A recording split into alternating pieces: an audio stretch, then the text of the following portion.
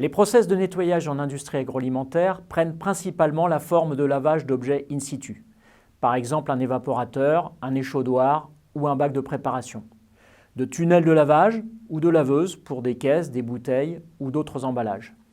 Et enfin pour des installations de nettoyage en place, ou NEP, qui gèrent de façon automatisée une série d'objets.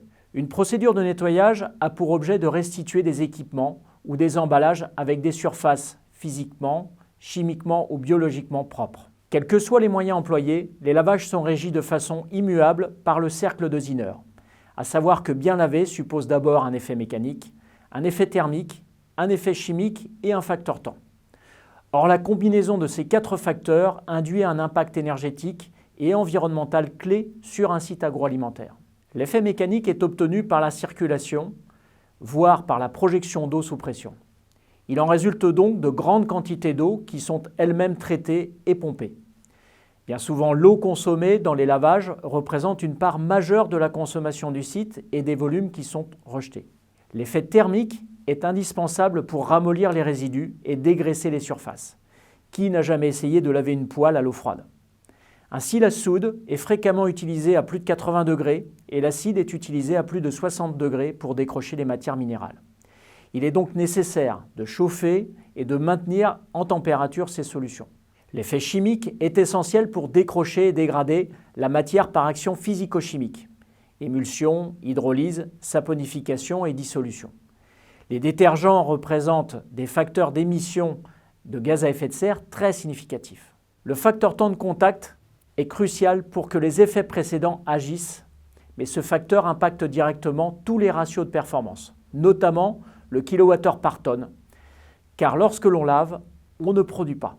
Il y a en fait un 5e effet induit qui est la pollution résultant de cette action et les coûts notamment énergétiques associés. En effet, la consommation d'électricité d'une station d'épuration est proportionnelle à la charge organique qu'elle reçoit. L'industriel est avant tout guidé par un impératif bien compréhensible de qualité et donc de sécurité des produits. Il n'a souvent qu'une vision partielle des coûts et des impacts de cette opération. De fait, sa pratique est souvent figée et perçue comme étant un coût fatal sans alternative. Prenons le cas du secteur laitier. Les industriels n'ont qu'une idée imprécise de l'enjeu financier des lavages. Or, ce sont des milliers d'heures improductives consacrées à cette tâche et donc un impact direct sur le kilowattheure par tonne. Ce sont aussi des heures de pompage. La part d'énergie thermique consacrée au lavage représente 30 à 45% de la consommation totale.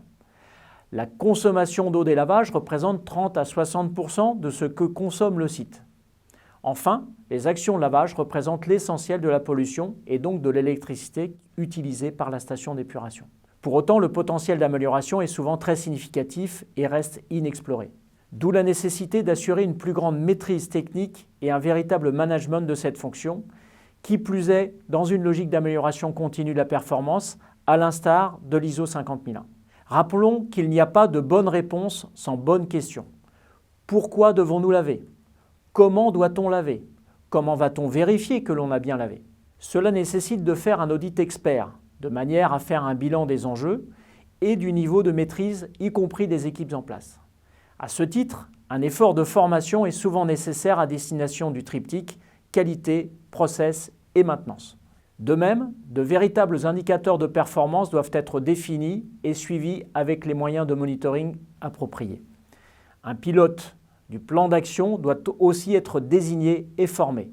Il faut ainsi avoir des mesures de base en place, telles que la conductivité, la température ou le débit de circulation des solutions lessivielles. Mais il va aussi falloir compter l'eau et l'énergie consommée et établir des ratios pertinents associant le type de lavage, les temps et les données de production. Concernant la veille technologique, il faut avoir conscience que des solutions techniques nouvelles apparaissent et permettent d'accroître cette maîtrise, notamment la mesure optique qui permet d'analyser la cinétique de lavage et donc de réduire drastiquement les temps au juste nécessaire. De même, des techniques innovantes sont développées pour permettre le recyclage en continu des solutions de lavage et la captation à la source des pollutions émises. En conclusion, le process de lavage doit faire l'objet d'un plan de monitoring et d'amélioration continue, au même titre que n'importe quel poste de coût majeur de l'entreprise, et l'énergie doit impérativement être prise en compte sous toutes ses formes, directes et indirectes.